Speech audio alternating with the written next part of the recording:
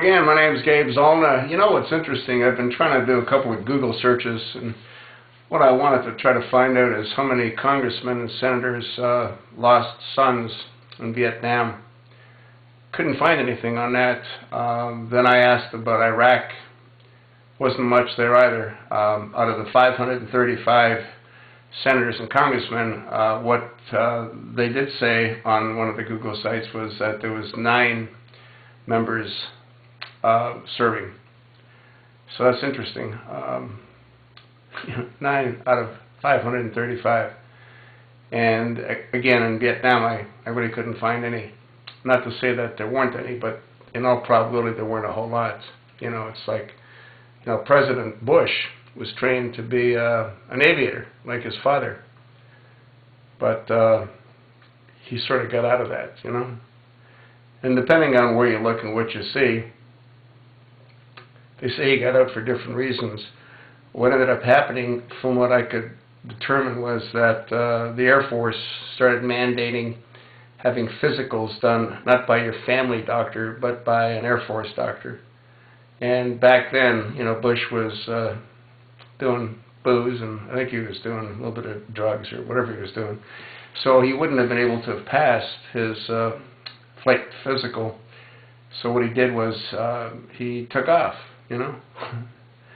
And then he went to work for some representative in one of the states. You know, you or I would have gone to prison, but, you know, I mean, he was the son of a very, very influential person. Yeah, his daddy was like president. But anyway, it's just really interesting when you start looking and seeing how these people operate and how they function. Do as I say, don't do as I do. They're very quick to send Americans to battle, you know, where they lose limbs and legs and whatever else. But they tend to protect their own children. Pretty amazing, isn't it? Not that it comes as a surprise, but it's just, it just shows you how screwed up the system really is. And the other thing that really disturbs me is when you have people that have been there as long as they have in the Senate and in Congress, and they all become multimillionaires. Well, they all don't, but a great number of them do. And you have to ask yourself a question: how is that possible, you know? Well, it's called corruption. That's what it's called. And our government is so corrupt that there's probably no saving it. Even if it wasn't for what Obama was going to do to this country, we've allowed it to reach a point where corruption is rampant. It's everywhere, you know. They have no regard for money because they don't know what money is, because they've never earned it. It's always been given to them. And they don't work. I mean, just look at all the time they have off. They don't know what it is to go to work. They pretend. You know, they sit there. They don't read their bills before they sign them into law. They don't have time to read the bills. They're too busy campaigning. I mean, just like what's going on right now. You got a lot of these Republican senators, they're all jockeying for position. What they should be doing is demanding that Obama releases records. But no one's doing that. They're just all jockeying for position. It's really sad. But whose fault is it? Well, I think it's the American people's fault. Yeah, we allowed this to go on for too long. And it's become like a cancer. It's like everywhere. What happens when someone goes into the Senate, they're expected to sort of be in the background. And Ted Cruz from Texas, he's not in the background. He's not well liked because he's creating waves. He's exposing the dysfunction. And that's really what Senator Rand Paul did as well. He exposed the dysfunction when he held up that 600-page bill. And he said, we don't have time to read these bills before we pass them into law. He says, we don't do what we tell other people to do. Pretty crazy, isn't it? I mean, we got a totally dysfunctional government. Never mind Obama and his corrupt members that he's infiltrated throughout the organization that are of Muslim Brotherhood background.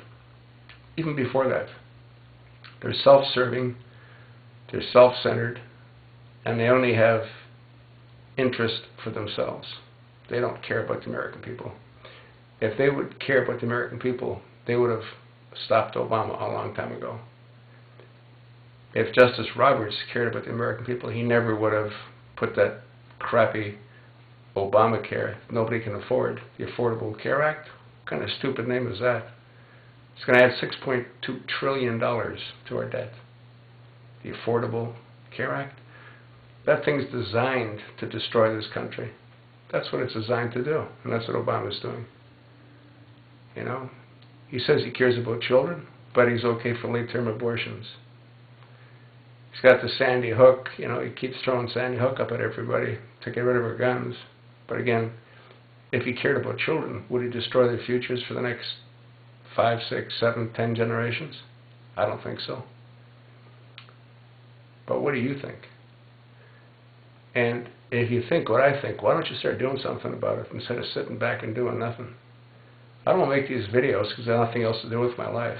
I make these videos to try to inform the American people so they can protect their families and protect themselves. I don't see anybody doing anything to protect anyone.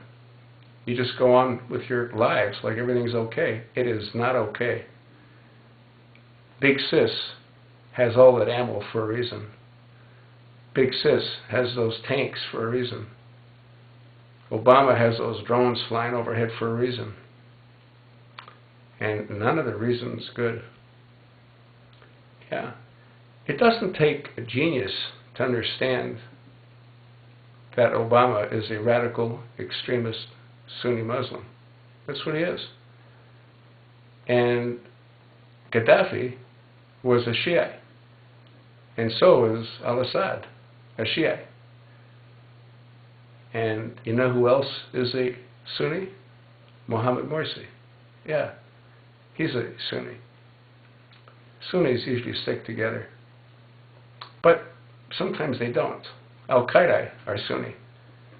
But they're from a different sect. And this religion is so compartmentalized. You know, they have different compartments. And it isn't like a little difference between them. It's like dramatic difference. They actually hate each other, yet they're still Sunnis. It's pretty crazy, isn't it? Yeah, well, you know, they believe in Muhammad, but they believe in a different interpretation of Muhammad's words. Yeah, it's nuts. But that's what happens when we're products of our environments, you know. You almost have to feel sorry for Obama. He was brought into this world half black and half white, so right off the starter he's got issues. His father, whoever his father is, you know, I don't believe his father is really Barack. Look at the skin pigmentation of Barack Sr. and look at of Barack Jr. Look at the ears of Barack Sr. and Barack Jr. Look at the ears of Frank Marshall Davis. And look at the ears of Obama. Look at the skin of Frank Marshall Davis when he was older. And look at the skin of Obama as he's getting older. Yeah. But you see, Bill Ayers' father couldn't allow the Americans to think that Obama's father was Frank Marshall Davis. Because Frank Marshall Davis was a known, watched communist. So what they did is they got this Barack Hussein or Barack Obama to pretend that he was his daddy. But he was already married in Kenya. Anyway, the whole thing's nuts. And will we ever learn the truth? Yeah, maybe we will, as we're being branded. I guess they're going to brand us. They're going to do something to us in these internment camps to number us. I don't know if they're going to use the same techniques the Nazis used, but they're going to do something. And that's maybe when we'll learn the truth, just before the lights go out.